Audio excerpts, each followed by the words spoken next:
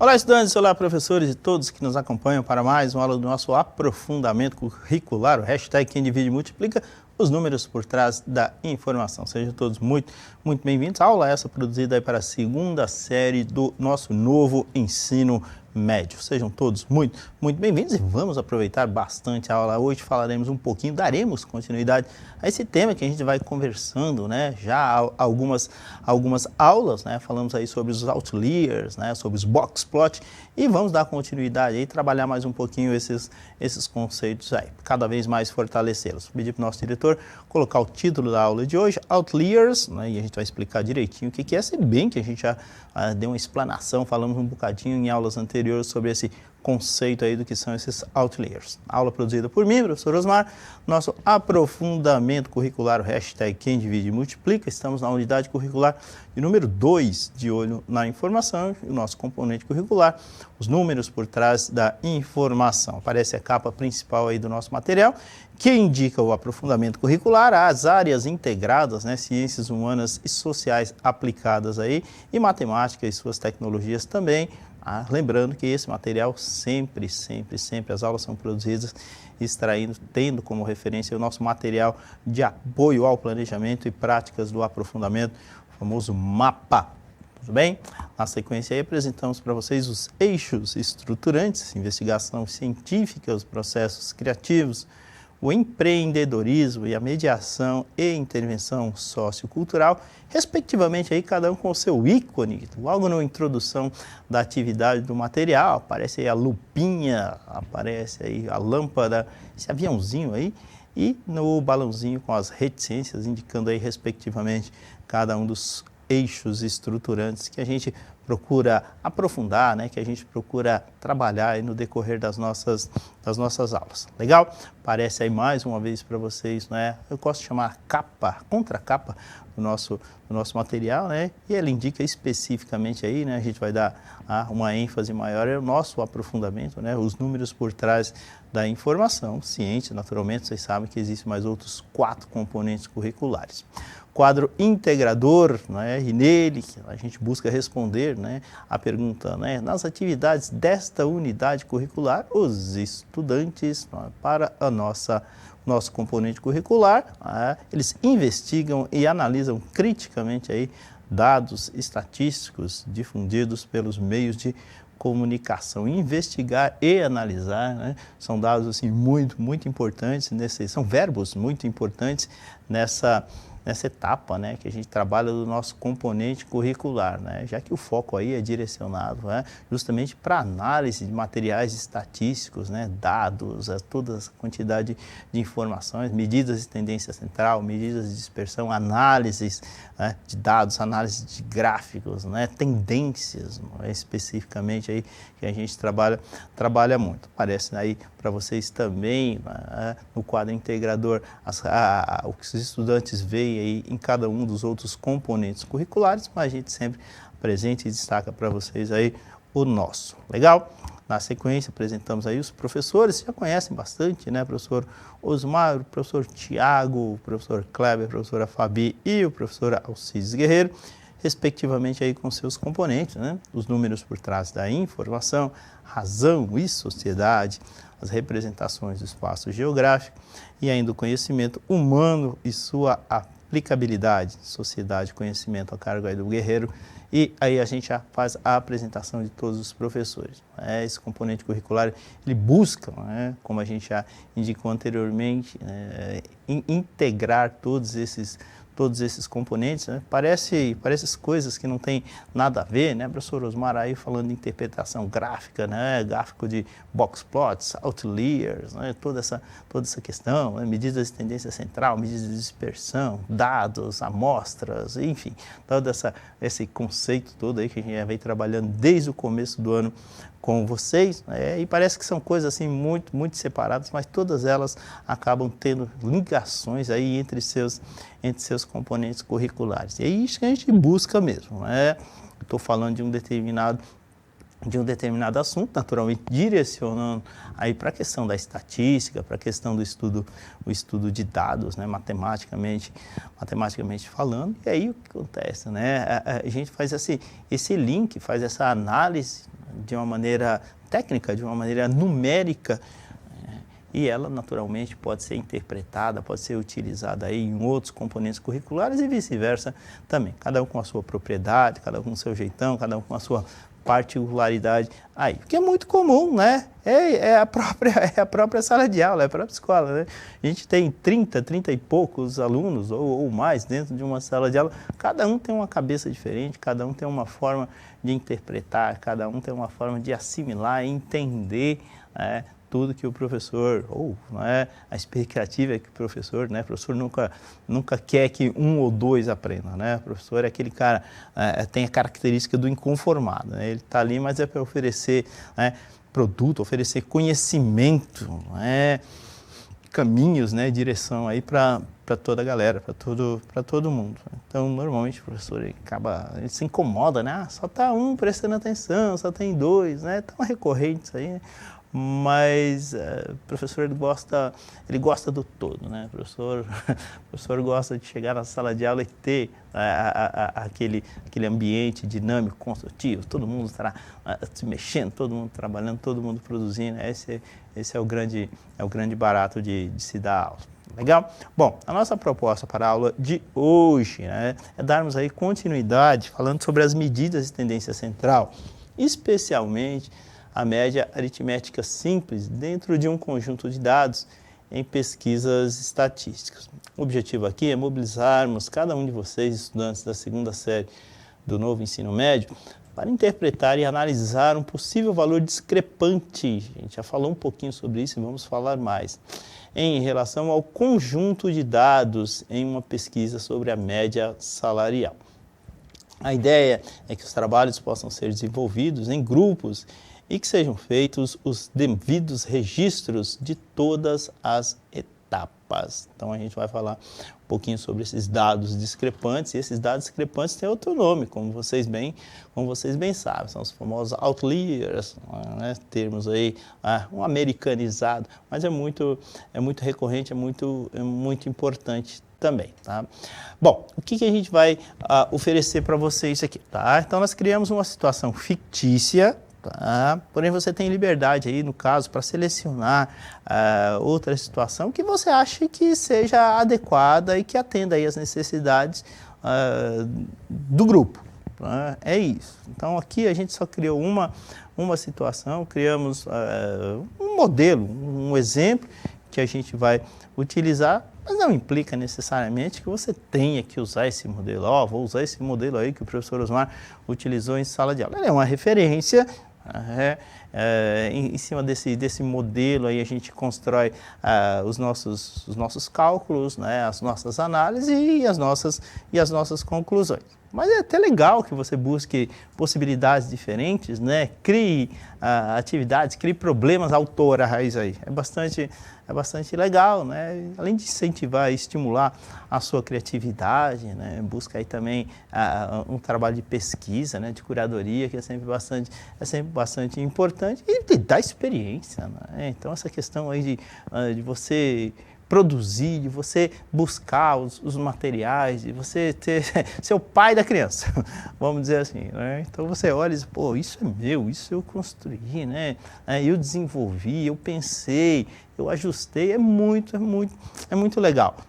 Mesmo porque ele está te levando a quê? Ele está te levando para um caminho bastante interessante que está até relacionado ao seu projeto de vida, ou seja, andar pelas próprias pernas, né? Buscar soluções que não lhe são oferecidas. Tá aí, pronto, faz uso. Não é isso, né? É legal você buscar criar esses materiais, criar essas possibilidades. Eu tenho outro componente curricular, o Clube de Exatas, que estimula muito isso aí, né? E lá tem o que a gente chama de problemateca e tem os mini-clubes. Então, a gente estimula muito a criação de exercícios e problemas autorais, para serem inseridos aí dentro dessa problemateca, né? De maneira de maneira que todos possam consultar, não é? Mas é bastante legal, né? Você olhar aqui e falar, esse é autoral, isso fui eu que criei. Você pode ter inspiração em outros? Pode, não tem problema nenhum. É muito interessante, né? Eu, quando passei por todo esse processo para estar trabalhando aqui para vocês, uma das perguntas, né, que me fizeram, a diretora lá do ensino médio, né, ela perguntou assim, Osmar, a professora Ana Jaquina, ela perguntou assim, Osmar, você consegue criar problemas autorais? Eu falei, consigo, né? É muito recorrente isso aí dentro da sala de aula também, né? O professor tem que buscar alternativas, né? Nem sempre aquilo que foi oferecido é o ideal, é o ajustado para a sala de aula, e aí a gente tem que ser bastante criativo e buscar isso. A diferença aqui é que a gente faz os registros, né? Tudo que eu produzo de forma autoral, por exemplo, fica registrado nas aulas. Né? E aí a gente tem um material até denso. É interessante que você, de alguma maneira, faça isso também, né? Tudo que você produzir, você guarda, não é? Seleciona, e assim, a vida dá tantas e tantas voltas que, na realidade, quando menos você esperar, você vai fazer uso desse material. Legal? Então, começa a pensar aí nessas possibilidades. Poxa vida, eu posso, né, criar materiais meus. Posso difundir, posso divulgar? Pode, não tem problema nenhum. Mas os créditos sempre são seus. Os créditos é de quem cria. Vamos apresentar a situação, então? Olha lá. O resultado de uma pesquisa, tá?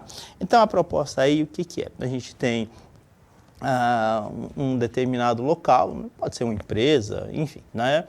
E aí o que acontece? São descritos aí duas situações, tá? O número de funcionários e o salário que eles recebem. Tá? Então o que a gente vai fazer? Vamos analisar esse conjunto de dados pela média salarial. Na sequência, responder algumas questões. O que você percebe aí? Existe a descrição dos salários e a quantidade de funcionários aí, que recebem salários naturalmente aí em reais. Então, para essa empresa, o que se tem? Então, existem 15 funcionários que recebem R$ 1.192,40. Legal? Existem 2 funcionários que recebem R$ 3.240. Existem 2 funcionários também que recebem um salário de R$ 4.526,32. E ainda existe um funcionário, abre aspas, funcionário, né? Mas recebe, que recebe aí R$ 10.526,17. Portanto, temos aí não sei se encaixa como microempresa, né? Temos aí, portanto, 20 funcionários. Ok? E aí a gente vai analisar essas informações, né, através do quê? Através da média salarial. A ideia aí que você olha, você já vai perceber uma coisa, né? Quando a gente extrair essa média, né, vai aparecer uma situação, abre aspas aí, que não é tão real quanto parece. Mas enfim, a média é essa, tudo bem? Então, a gente já começa a dar um indicativo do que a gente quer, da percepção que você deve ter do problema apresentado. Tudo bem? Olhou? O que é discrepante aí? O que está diferente aí nesses números? Dá uma olhadinha. Beleza? Então, na sequência, vamos apresentar para vocês aí, tá? Resultado da pesquisa, a tabela é rigorosamente a mesma. Okay? E aí, a gente vai calcular a média salarial dos funcionários dessa empresa, dos 20 funcionários dessa empresa. Como vocês bem sabem, temos uma média salarial aí, e nesse caso a gente não precisa somar 15 vezes o 1.192,40 15 vezes, não tem sentido. Bom, como 15 funcionários recebem esse salário, eu vou multiplicar o 1.192,40 vezes 15. Deixa eu pegar e mostrar aqui para vocês. Tá? Então a gente tem aqui essa situação, deixa eu pegar a caneta, sem ela não vai, né? E aí veja, tá? O que a gente tem? 1.192,40 vezes 15, tá? Então é como se fosse uma média ponderada, né? Não é ponderada porque no caso aqui a gente tem a quantidade, mas é média aritmética simples, sem muitos problemas. O próximo, temos aí 2 funcionários que recebem 3.240, então você vai pegar o 3.240 e multiplicar por 2, Temos aí também 2 funcionários que recebem um valor salarial aí de R$ 4.526,32. Fazemos o produto, né? Fazemos a multiplicação. E esse rapaz aqui, né? Que destoa um pouquinho, né? Em relação aos demais, né? Que ele recebe um salário de R$ 10.526,17. Aí nem que se questiona por que ele recebe esse salário. Essa não é a questão aqui do nossa proposta de aula. Legal? O fato é que aparece aí. O que temos então? Multiplicou, e aí temos um valor médio aí de R$ 2.197,24, ou seja, fazendo o produto, fazendo a multiplicação, somando e dividindo por 20. Portanto, temos uma média salarial aí dos funcionários dessa empresa de R$ 2.197,24. Legal? Tu concordas? Essa é a média. E aí, dá para pensar um pouquinho, né? Esses valores aí, de fato, né, são reais? Porque assim, se a gente for entender como média aritmética simples, está absolutamente correto. Não tem nem o que discutir. Agora, o quanto que isso aí, de fato, é reflexo para esses funcionários? Então, vai chegar um funcionário e diz assim, qual que é a média salarial da sua empresa? A média salarial da minha empresa é quase R$ 2.200. Ah, legal, tá. Aí pega o seu olerite e não é aquilo. Ou o outro extremo também, né? Como é que esse funcionário aí que recebe mais de R$ 10.500, ele vai falar que a média salarial dele é quase R$ 2.200? Não dá, né?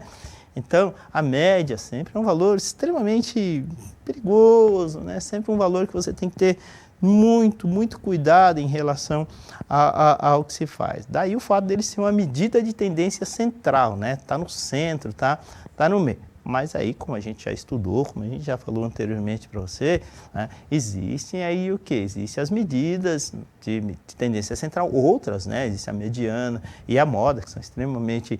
a mediana, né? Ela traz informações assim, bastante significativas, bastante importantes, a gente vai mostrar aí nos quartis, né, para você depois. E aí o que acontece?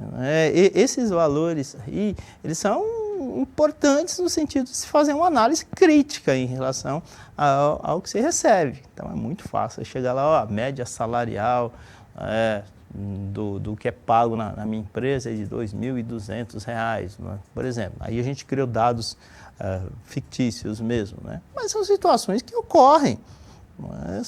São muito comuns, a gente já vem falando isso aí, sobre análise crítica de notícias, né, quando se tem o objetivo aí de transmitir informações que não são tão fiéis aos valores numéricos, à realidade. Então, quando você tem essa análise, né, ela passa de ser simplesmente uma análise numérica, deixa de ser simplesmente uma análise matemática e passa a ser o quê? Uma análise mais crítica. Tanto se a gente voltar lá no comecinho, no quadro integrador, o objetivo é exatamente isso, né? Fazer que você tenha uma análise crítica em relação às informações numéricas que você encontra. São muito comuns. Você abre um jornal hoje em dia, né?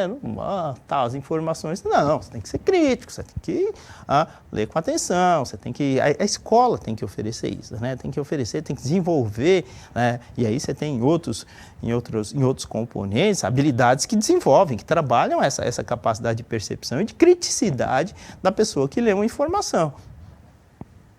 Importante demais. Estamos em pleno século XXI. Então, não basta simplesmente ler e ser alheio a tudo aquilo que está do seu lado. A informação é essa. Tá, mas qual que é a consequência disso? Né? Atinge quem? Quais os reflexos que ela traz? Para você, para a sociedade, para o meio ambiente, para o mundo, para os seus filhos. E aí? Entenderam? Então tem que ter essa percepção, tem que ter essa criticidade, né? Ainda bem que existe essa palavra, né? Foi inserida aí, foi muito feliz o autor do material quando colocou que a análise numérica, que a análise dessas informações, ela tem que ter um tom crítico, e tem que ter mesmo, sabe?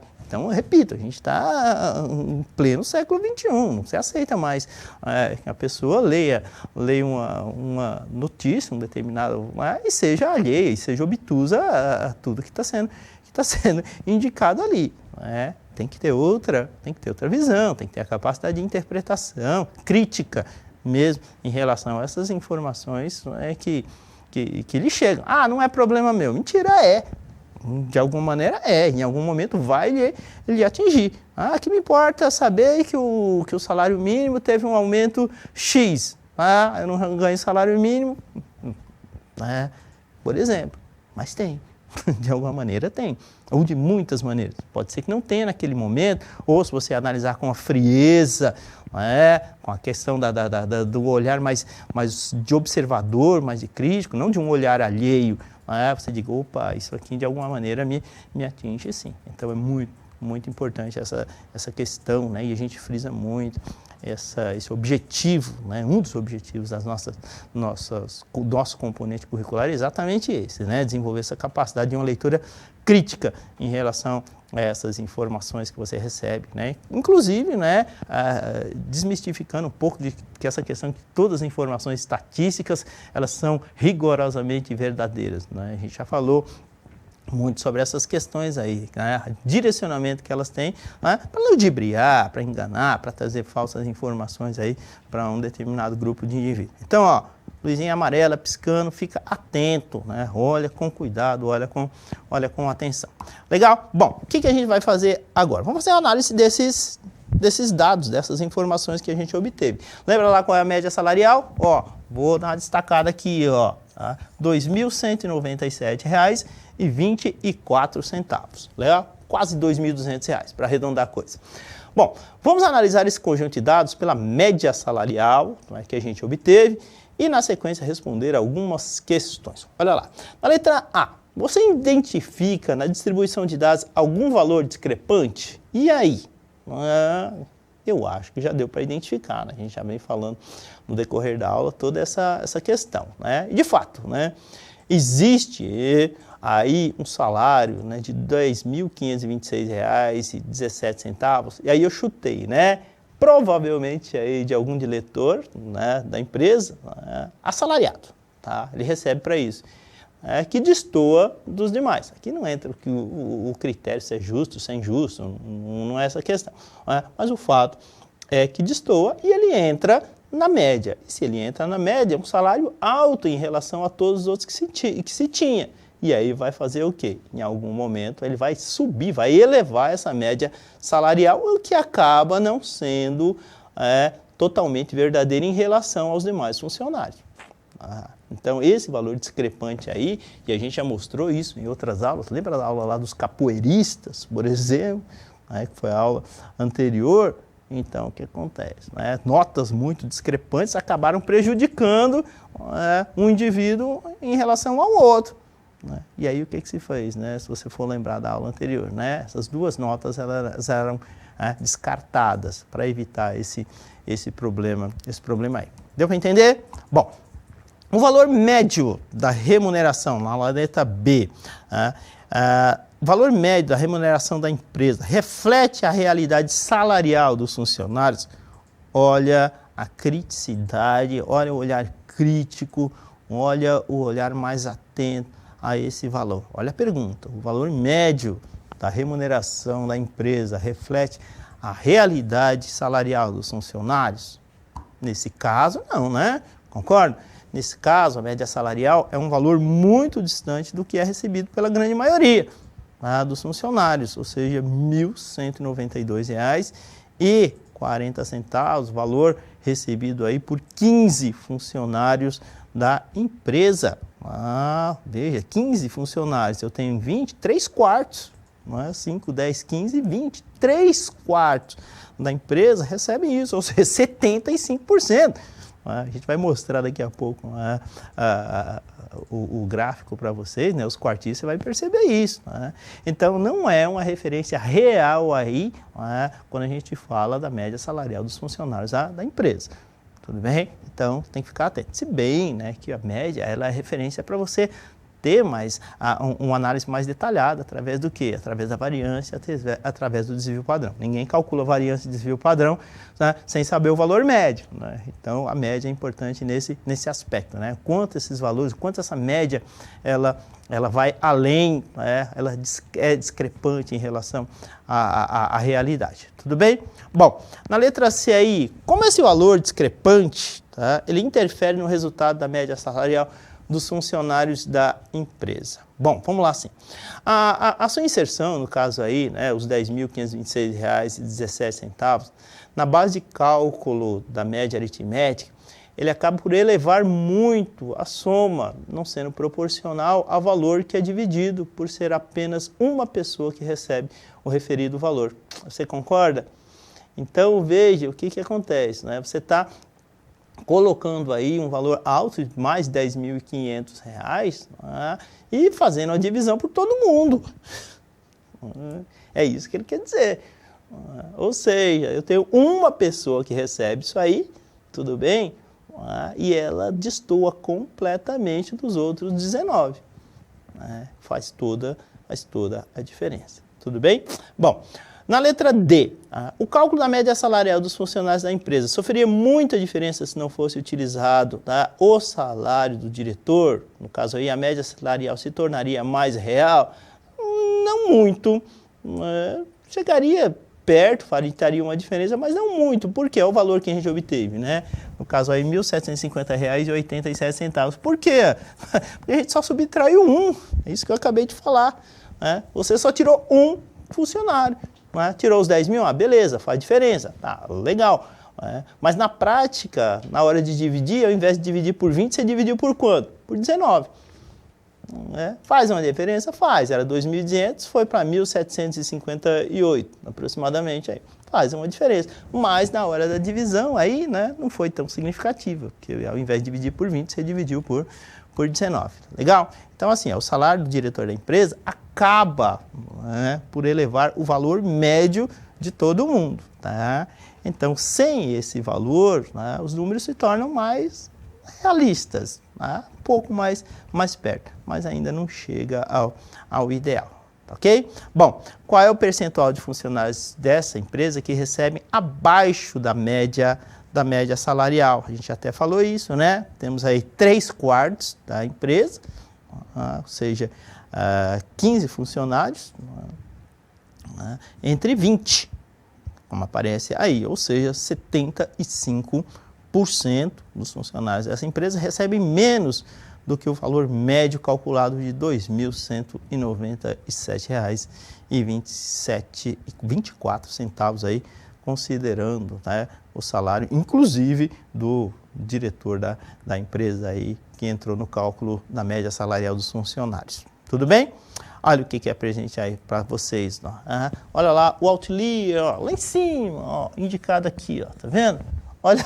Olha ele, esses valores aí a gente pegou e colocamos para que fosse representado graficamente através do boxplot lá no Excel. E aí deu esse gráfico mesmo. Nossa, mas isso é um gráfico, professor? É verdade, é um máximo sim. Ó. Então tem um outlier lá em cima, né? E tem um outro valor aqui, ó, também, né, que o gráfico ele acaba considerando. Mas sabe que valor é esse aqui? Ó? É os 10.500 e alguma coisa. É esse valor aí, aquele que destoa completamente aí dos demais. E aí uma curiosidade, né? Os valores dentro do retângulo laranja correspondem à massa dos salários dentro da empresa, ou seja, 75% dos funcionários recebem, né? Esse valor que está em amarelo aí, ó, né? Dentro desse X aqui, deixa eu limpar. Está muito feio, ok? Então, eles recebem isso aqui. Então, a grande massa está aí, ou seja, 75% dos funcionários da empresa. O primeiro quartil, ele vai considerar com o salário mais baixo, tá? Ou seja, os 1.100 e poucos reais, tá? A gente arredondando o cálculo aí, tá? E aí, na realidade, assim como, né, o segundo quartil, ele corresponde aí com a mediana dos valores obtidos. Tudo bem?